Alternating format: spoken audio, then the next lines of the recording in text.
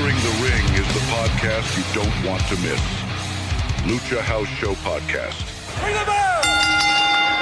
What is up, everybody? Welcome to another episode of our favorite and your favorite wrestling podcast, Lucha House Show Podcast. And it's a very special episode indeed. In case you hadn't noticed, I am rocking my limited edition Chalkline WrestleMania 39 jacket, which means it's very, very special. And it's a new dawn. It's a new dawn for professional wrestling. And God, it's great to say that professional wrestling has risen from the ashes of sports entertainment. It's a new era. It's a new dawn. Some people are calling it the Paul Levesque era. Some people are calling it the Renaissance era. I'm calling it the Cody Rhodes era, the Damian Priest era, the Rhea Ripley era, the A-Town Down Under era, the Sami Zayn era. And, man, this is just, I'm so excited. As always, I'm joined by my colleagues here at ringside, Rowdy Roddy Parra and the armless wonder, Renzo, who might get a bit upset today because all we're going to talk about is WWE. We're going to save the AEW for next week because there might be some stuff going down. But this week it's all about WWE. It's all about the greatest WrestleMania of all time. We're going to go through our predictions. We're going to go through our thoughts. And we're going to go through that ending, which I've got to say, nobody, no expert, no internet expert, no real journalist, no one predicted what happened. No one. What do you guys think? What are your thoughts? Rod, let's kick it off. I think you said it, man. Best WrestleMania in history. The new era, the new dawn, the Renaissance. This is the Paul Levesque era. Let's talk about it's the Aussie era as well, mate. Aussies grabbing gold. Yes. The Latinos are grabbing gold. This is the Latinos and the Aussies era in WWE, which is fucking great. We got Mami from one side, A-Town Down Under from the other side. We got it's just Aussies all over. Bronson Reed. He won the Giant. Yes. It's just Aussies all over the place, man. It's just great. And Latinos as well. We got Bailey and Damian Priest, man, representing the Latinos with the two big titles. It was just... Hey, I'm counting Cody Rhodes as Latino. He's one of us. His mum's Cubana. So, you know. It could be, but just that's getting to the contradiction. But yeah, it could be a little bit. But, you know, it was just absolutely ecstasy to the point that didn't even realize in night one it was the second longest match in history of WrestleMania was the main event. I didn't even know. It was so good that I didn't even know. For me, it's just ecstasy from the beginning to end. And the second day, now I had to watch it at work, and it just, when that ending kicked in, I had to jump like a monkey all over the place. I'm pretty sure the people across the road in the office were looking at me like, what the fuck is this guy happening? And the people under me having lunch were like, who's this stomping upstairs? So, for me, it was great, man. What about you, Renzo? Look, I love its night two. Night one, I thought was a bit slow, and we talked about it, right? And I think, look, the two night thing, I don't know if it could be condensed into one WrestleMania. Not everyone has to be there, man. I think that the night two just blew night one out of the water, man. It just blew it. But we'll get into it, and we'll go through our thoughts. Yeah, look, I'll be honest. Like, since the split in two nights, we got too many titles. And we got too many titles, and to fit them all in one, it takes away from some titles. They get lost in the mix. I think and let's be honest. Look, it's just the starting of WrestleMania is a big task. And the end of WrestleMania is a big task. So they picked the perfect both nights, the beginning of them. It was just absolutely perfect. And the ending, well, we knew the ending. It was just what was going to happen. We got it right. I think we got it right both nights, the main event. We got some right. I think Renzo was the one that got most right than anyone else. I think he was the one, getting everything in. And let me have a look. I'm just gonna copy and paste this. Why don't we go match by match? Let's go match by match. That's what I'm gonna do. So that's why I'm copying and pasting one side to another. So I know the results that we said plus what happened. So let's start it with the kickoff of WrestleMania. First of all, what do you guys are your thoughts on the 2 hour? It was 1 hour, 2 hour kickoff show before the WrestleMania started. What are your thoughts on that? that long of an episode before it started. I don't know if it was just because of this WrestleMania or if something's gonna keep going. Yeah, I don't have a problem with it. I think content is king, so the more content that's put out there, the better. So yeah, I don't have a problem with it at all. Plus, it's like it gives you good insight, and for people that haven't been keeping up with it like we do on a weekly basis, it provided like the good information to the lead up to all the stories that were part of WrestleMania. So I don't have a problem with it at all. Yeah, look, I think it kind of dragged on a bit. I don't know. You're right, Mars. I think they could have done this. They gave a background on the stories and things like that. But I don't know. I just felt like it kind of dragged on a bit. But hey, no, it was a good start, and yeah, let's get into the matches. Yeah, I just want to hear your thoughts. Just a little bit side note, but yeah, let's go. We start with the matches. We go. The kickoff of WrestleMania, which we said it many, many, many times, many PLE pay-per-view, the beginning of a pay-per-view, a PLE is a massive task. And once again, it was given to women's match. Once again, WWE did it. The step to the plate and just fucking deliver, man. It was Rhea Ripley defending the Women's World Championship against Becky Lynch. 70 minutes roughly lasted. What are your thoughts on Mami retaining the title? This was a good match, man. It was a good start to WrestleMania. We've talked about Becky Lynch for a number of episodes now that, we thought that she'd lost her edge. We talked about it, I think, last week as well. Not me, for the record, not me. But hey, she really brought it to this match. Yeah. She wrestled really, really well. It's a Becky Lynch that I haven't seen in years, man. Even before she went and had a baby. So this was great, man. Seeing her step up to the plate and really give her all to this match. Of course, Rhea Ripley was going to retain. We all said that. But no, Becky Lynch bought it, and it was a great start. Before I go to you, Marce, what about the entry? I know you liked it.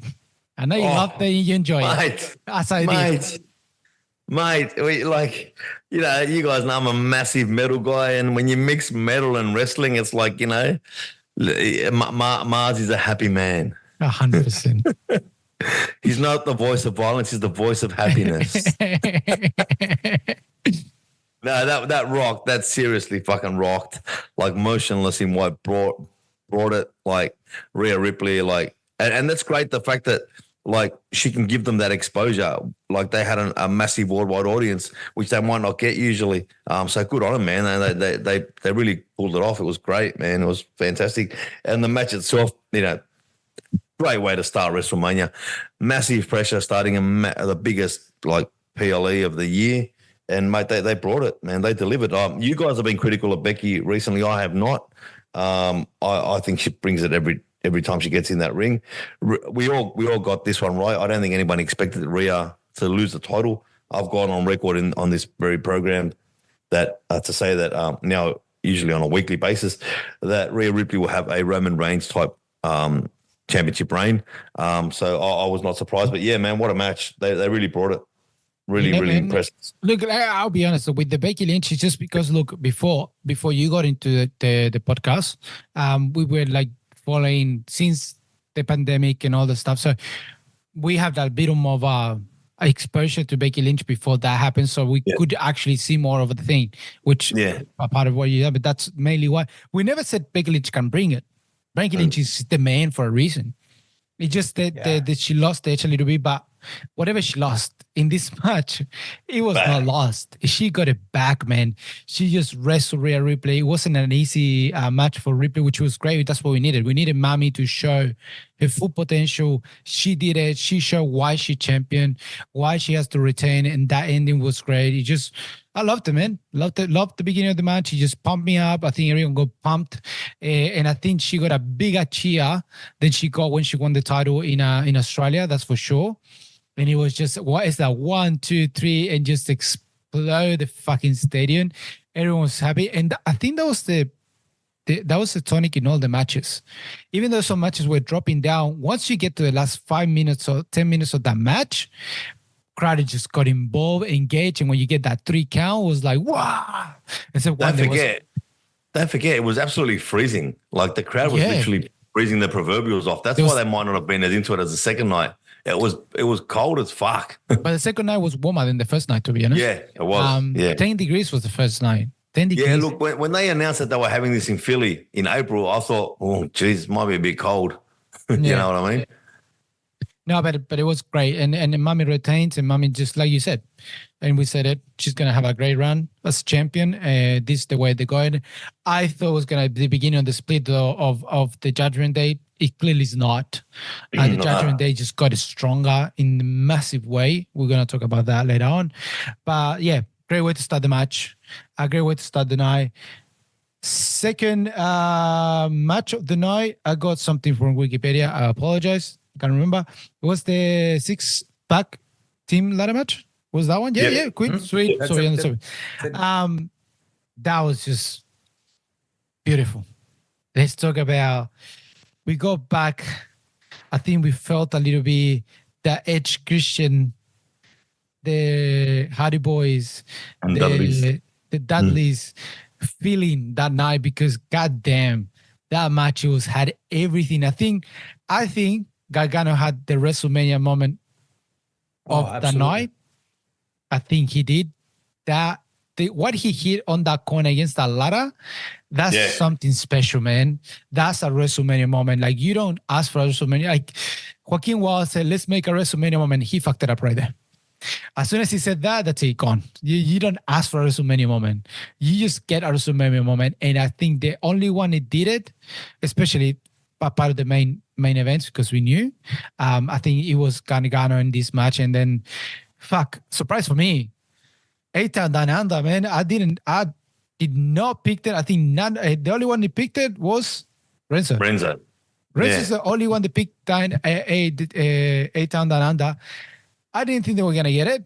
It was just nuts. I loved it because it was the SmackDown title. And he was an Aussie, man. I've seen, I went on Instagram and I saw some Aussie wrestlers watching, and the reaction was just, everyone just lost their shit here. It's been in every single news, 9 years of, and all the news has been like, an Aussie just won the title, especially because he's from Western Sydney, such a like blue collar area, man. Everyone was like, fuck. And then we had, of course, Awesome Truth, the first win for through in WrestleMania years. We picked it with Marce. Renzo had Judgment Day. So we all got split decisions here. We all got half. But great, both of them. I can't complain at all. The match and the results. Yeah, no, I agree 100%. I did like that moment that you described with Johnny Gargano, but I thought that Grayson Waller had his own WrestleMania moment too, when he got thrown out into the ladder outside the ring, and he took that. That was a massive bump, and they'd already won the titles by that stage. Like, they could have just sat back, and he took a massive bump. And man, I'm super chuffed that him and Austin Theory got those titles. It's a massive push for Grayson Waller. He does great work, man. And, I met him in Perth. He's a nice guy. He never breaks character. He's kind of like MJF. He never breaks character. So you don't know what. That's him. Yeah. He's an Aussie. He's an Aussie bloke. Yeah, he's a full, like, he's an Eshe from Western Sydney. You know what I mean? It, literally. Like, it's, mate, they deserve it. They're going to do great with those titles. And I was super stoked. And needless to say, R-Truth and The Miz, again, classics. But as soon as we saw those two titles on separate hooks, then, that was a given. They were always going to be separated. Yeah.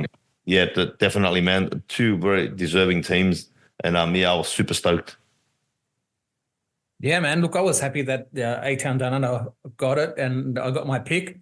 For the work that Grayson Waller's done, man, he's just done amazing things, man. Yeah. And, anyone that sees his work, man, he deserves something. He deserves a recognition, and he got it, man. He got his belt, and not only that, he got a WrestleMania moment. So it was great, man. But it was great to see just a mayhem in a ladder match.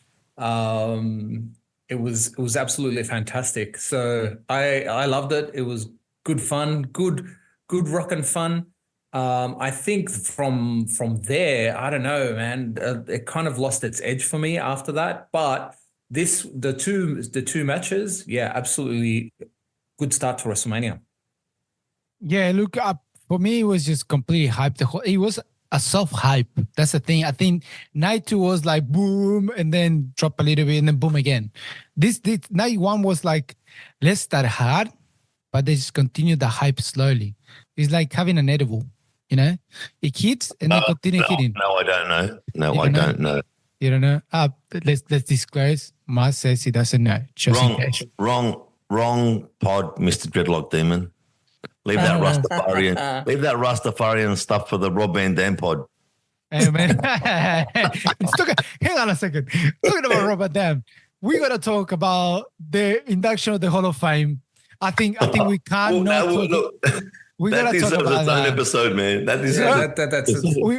We'll talk. I'll probably do 3 parts and we talk about that because goddamn. We can talk about that next week when we talk about AEW. We won't spend too much time on them. I don't know. AEW. It deserves a moment now, but whatever. We'll talk about it later. Anyways, it just night 1 was a slow hit. They continue going up to get to the other side. Night 2 was more intense. I agree with Renzo in that regards. But then we had the Rey Mysterio and Andrade against Santos Escobar and Daddy Dom. Then we don't know what's it called. For his name, 2 seconds. Rey Mysterio's tag team partner, which was his original one, which Dragon Lee. Dragon Lee got hit by someone. Something happened. I reckon it was Carlitos. That's at least is my theory. I think Carlitos was because he got hit, no one saw, and he was the only one there. So that's at least in my side. But Andrade and Rey Mysterio, man, they're walking into the ring, man. That was great to see him with the mask. I'm gonna say La Sombra. Andrade, man. If you haven't seen it, go and watch La Sombra when he was in CMLL. You guys are gonna enjoy Andrade when he used to wear a mask. That was his early stage, and he was the champion of CMLL, man. His English, much better than it was before, that's for sure. And then we had the other side, we got Daddy Dom with Santos Escobar. And this was great because we saw both factions going against each other at some point. Yeah. Even we saw the girls going against each other, like just everyone going against everyone. But then Rey Mysterio and Andrade taking the win with an appearance from the Philly boys, from the what's it called? Eagles, the Philadelphia Eagles. The Philadelphia Eagles, girls, and who was the other guy?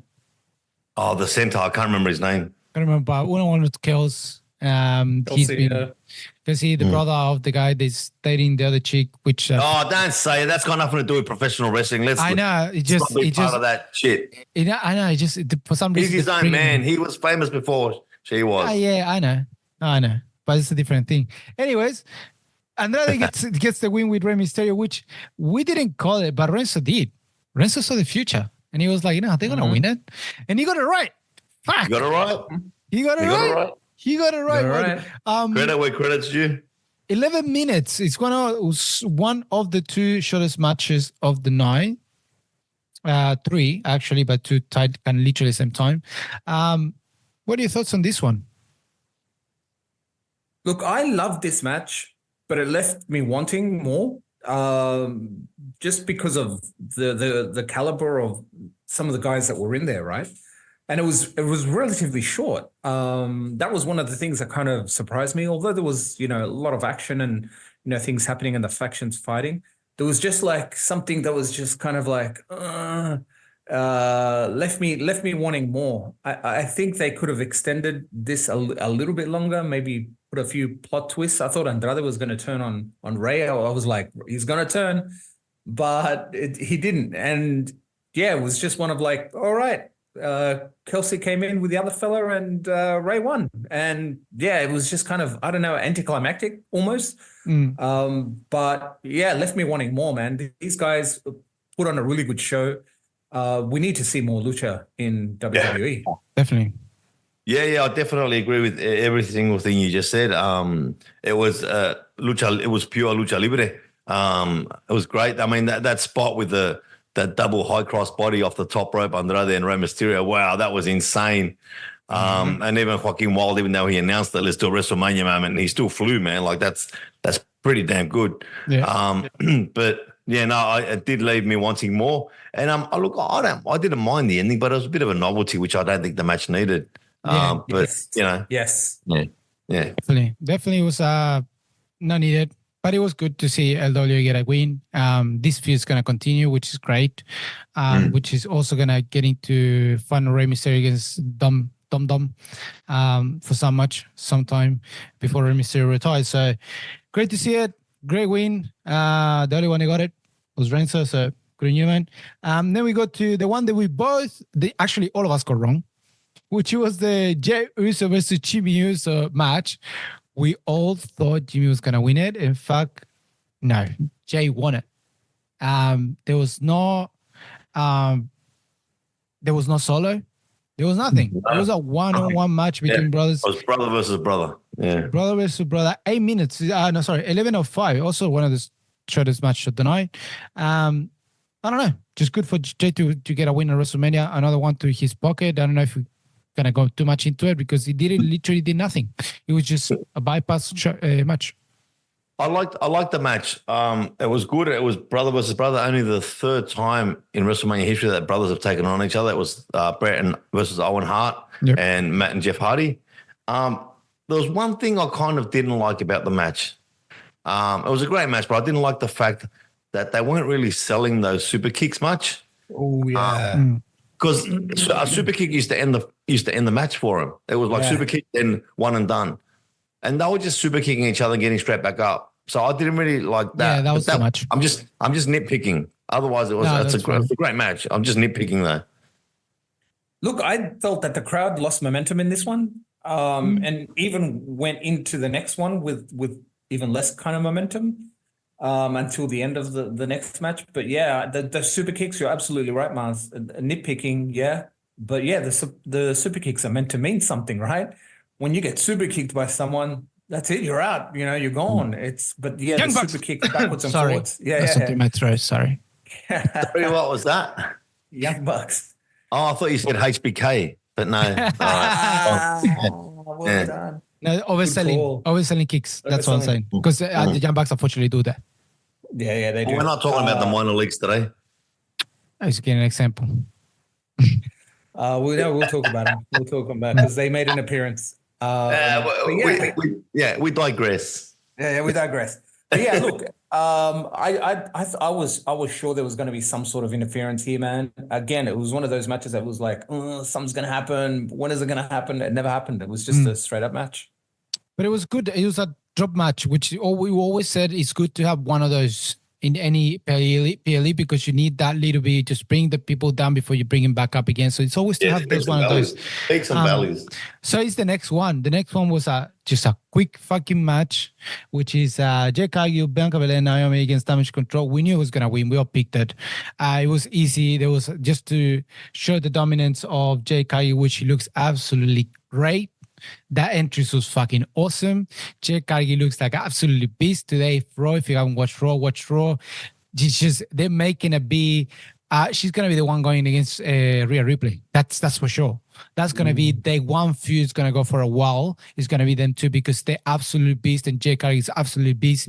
He did not look bad. He looked great, and that ending, I just love that ending. It's like a mommy ending, but backwards. So I love the ending from Jade Cargill. It's like, hey, it chills. What do you guys thought?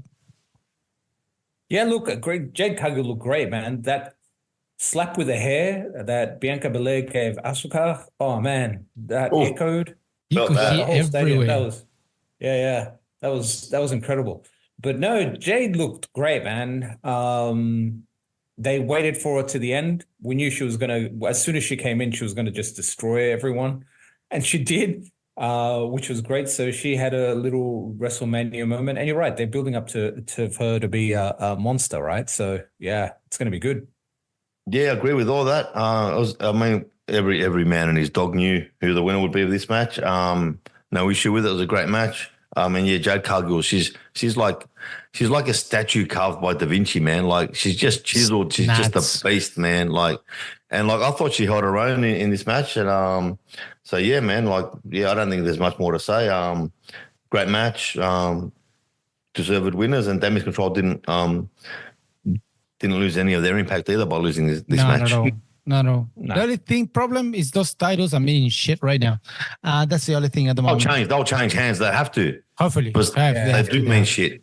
Bianca Yeah. Belanger Cargill, I think Bianca Belanger Cargill will get those titles. But that wouldn't surprise me. But my thoughts on the women's tag team title and the way they treat it. They haven't shown it any respect in a very long time. Since it's the Bella Twins, I think they just absolutely lost everything. The Bella Twins was the only ones that just actually left it for a long time, and they actually were holding it really well up high. But after that, he kind of went away.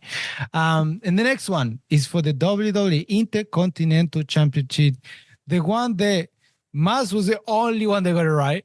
About 3 weeks ago. About 3 weeks. About 3 weeks ago. That's right. Renz is still angry about it because I wrote it wrong. But it's on audio that he got it right. So we can't really fight about that. It was just a great match. It was just absolutely insane. Both of them look absolutely huge. Gunther did not lose any momentum. He did not lose any power, any relevancy, nothing. Nothing. He just lost, literally. Just Sami Zayn finally was able to put that one over him. That's it. At the end, it was there. I was hoping for something else, but because Gunther got now, funny enough, 666 days. It's just absolutely funny that that's the number, 666. Is the number they gave him for the number days he was as champion. But we got Sami Zayn as a new WWE Intercontinental Champion. Guys, what are your thoughts? Fantastic. Really, really happy. Great match, as always, when these two guys get in the ring. It was talk about high risk. What about that brain buster at the end, like off the top rope? That was insane. Man, after a long bout, I thought, oh shit, that's what I said when I said the message. Fuck, that looked ugly. It wasn't the ugly of fuck. That just looked shit. No, the ugly, like the way he fell down. Oh yeah, it looked ugly. I thought something happened, but then when you watch it again, it was just damn perfect. Gunther sold it. Gunther sold it perfectly. And then the haluva kick. Wow, Gunther was basically out in the corner and his head was dropped to the side, and Sami Zayn just kicked daylight, kicked him into next week, and then got the 1, 2, 3. Great result. Really interested. This storyline is going to keep going. Chad Gable's obviously going to get involved.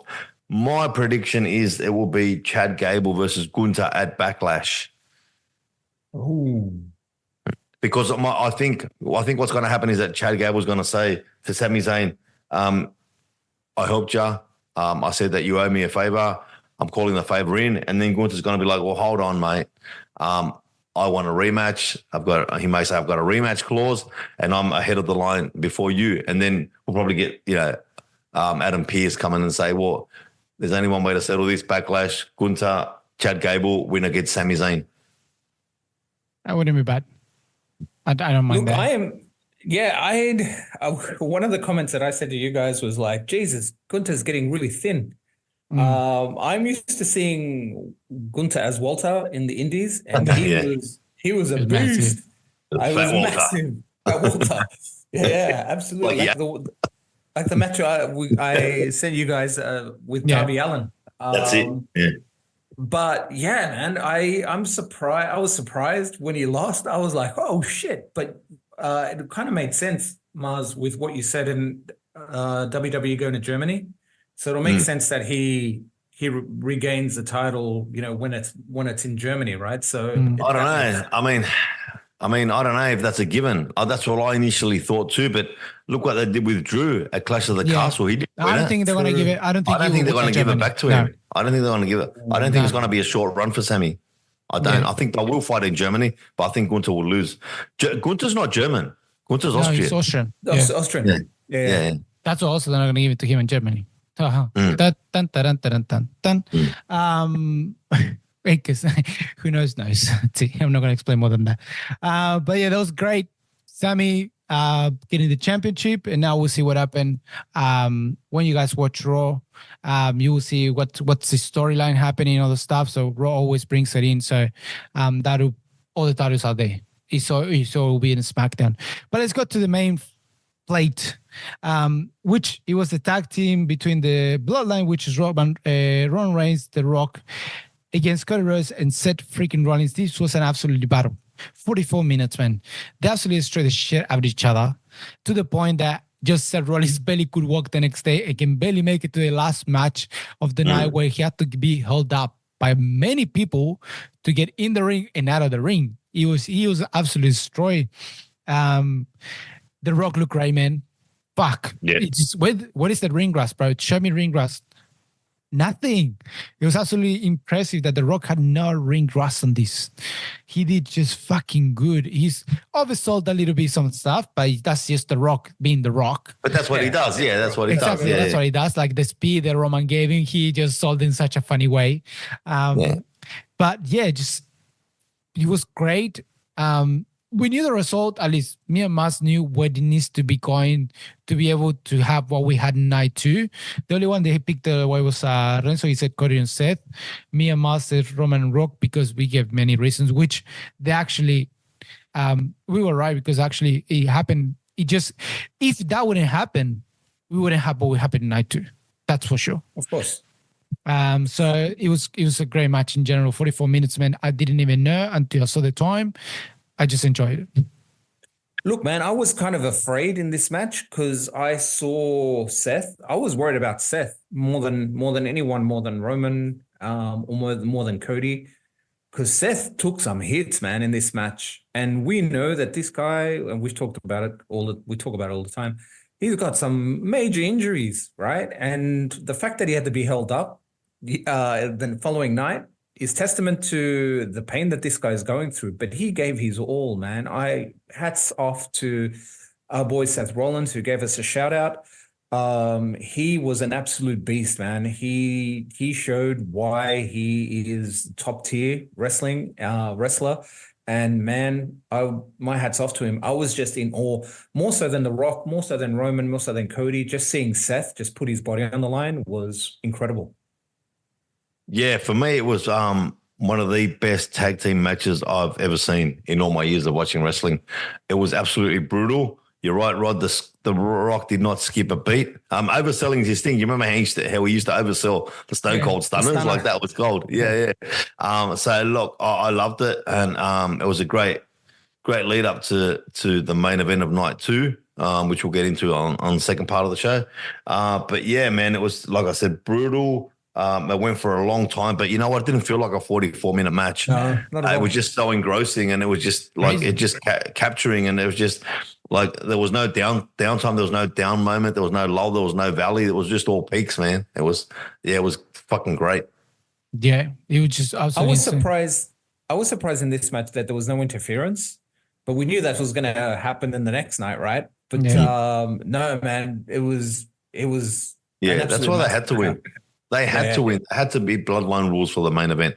Otherwise, it just what happened couldn't have happened. Yeah, and also gives Roman Reigns one more. I'll tell you what I did like. I liked how The Rock was threatening the referee. Like, don't count. Was awesome. Don't count. That was awesome. Or you'll get fired. And the ref's like, what am I supposed to do? Like, you know. He was even at one point, he was even apologizing to Cody Rhodes. I was going to say that. Like, sorry, I can't do nothing about it. I'm literally, my hands are crossed. I think that was just absolutely genius. They went into the crowd. Also, I love that. Loved it. Loved they went to the crowd because also, as soon as The Rock say, you don't count out, we win you, fuck, this going to go anyway. And they just, Mama Rose was there in front row. Yeah. You know, she was there watching what was happening. It said, I think that the main the MVP of this was, like you said, right? So I think it was Seth Rollins. So Rollins just put his body on the line. He did not cross Cody Rhodes at all. He did put his body, man. He put his body there. He did give it all. So they really saw that, like, they really wanted to win it. They really he really wanted Cody Rhodes to defeat Roman Reigns in a one-on-one, which was absolutely insane. So just a great match. They just set up night 2, man. We went to sleep thinking, holy shit, that night 2 is gonna have some surprises. And The Rock said it in the press conference, like, wait, because there will be surprises. And god damn, we were surprised.